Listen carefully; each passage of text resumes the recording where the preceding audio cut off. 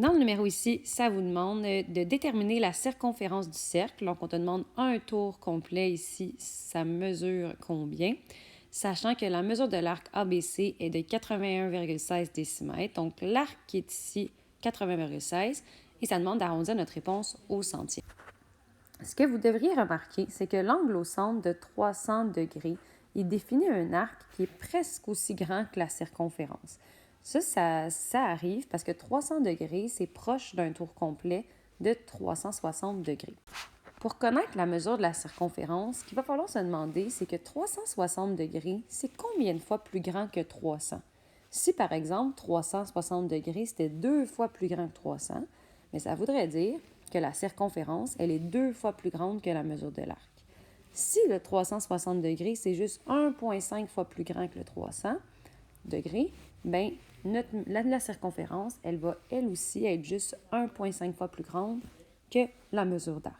Donc, c'est ça que ça veut dire quand je dis que la mesure d'angle au centre, elle est proportionnelle à la mesure de l'arc. Puisque c'est une situation proportionnelle, on va aller poser notre proportion. Maintenant que ta proportion elle est écrite, tu vas aller remplacer les éléments que tu connais.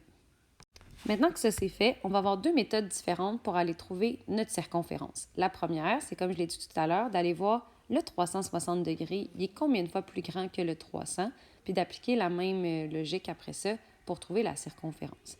Donc, ce que je vais aller faire, c'est faire 360 divisé par 300.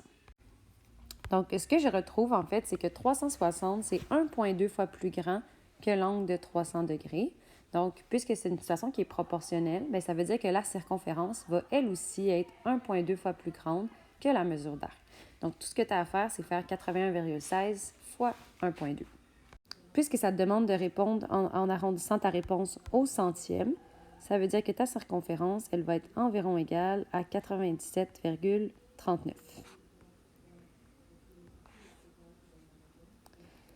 La deuxième façon de faire ce problème-là, ça serait tout simplement d'utiliser le fait que dans une proportion, le produit des extrêmes est égal au produit des moyens. Donc, ce que vous pourriez faire, c'est tout simplement faire votre produit croisé de cette manière-là.